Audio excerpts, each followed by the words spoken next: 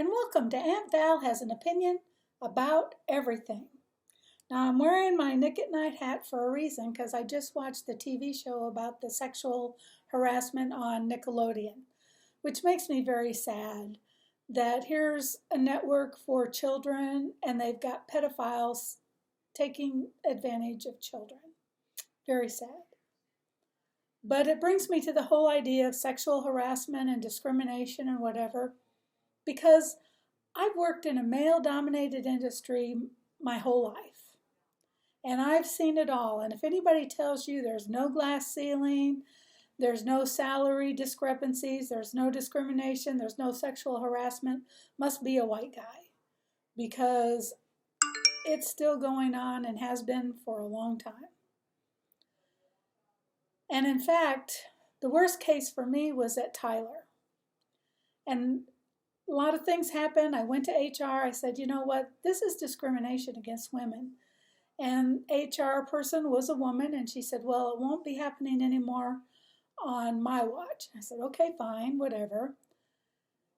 When I took the job, I knew eventually the job would go away because our application was being sunsetted so that they could sell their new, better, improved, prettier application. And that's fine. But when it came time to dissolve our group, somehow all of the women except one got discarded, and only she got to keep a job because she fought for it, because they had made promises. But you know, companies lie to keep you on until they don't need you anymore, and that happens everywhere to a lot of people. But all the men not only got to keep their jobs, but then were moved into other positions in the company as they needed less and less in the group. So after I left the company, I went to the EEOC and I said, you know what, there's a lot of discrimination going on at Tyler, and here's, you know, what I've seen. And the man at the EEOC said to me, maybe they just didn't like you. But he did give me a handout, and it had employment lawyers on it. I did not even know there was such a thing as an employment lawyer.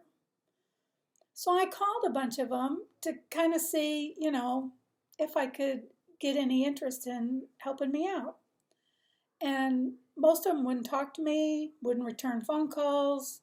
I finally got one guy to talk to me, and he said, you know what, you're not going to get anybody to help you.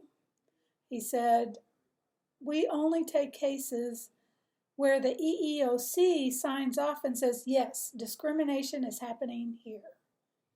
And I didn't have that, because the EEOC just said to me, well, maybe they just don't like you, which is not discrimination, right? So that tells me that employment lawyers are not litigators. They're not going to fight for you. They just take cases where there's confirmed harassment or discrimination, and they negotiate for you. And not that that's a bad thing, because even though they take a big chunk when they negotiate, they probably are going to get you more than if you negotiated for yourself, because they know what's going on. They know what the going rates are, and you don't. So I say, to this day, there's just not a lot of help for you.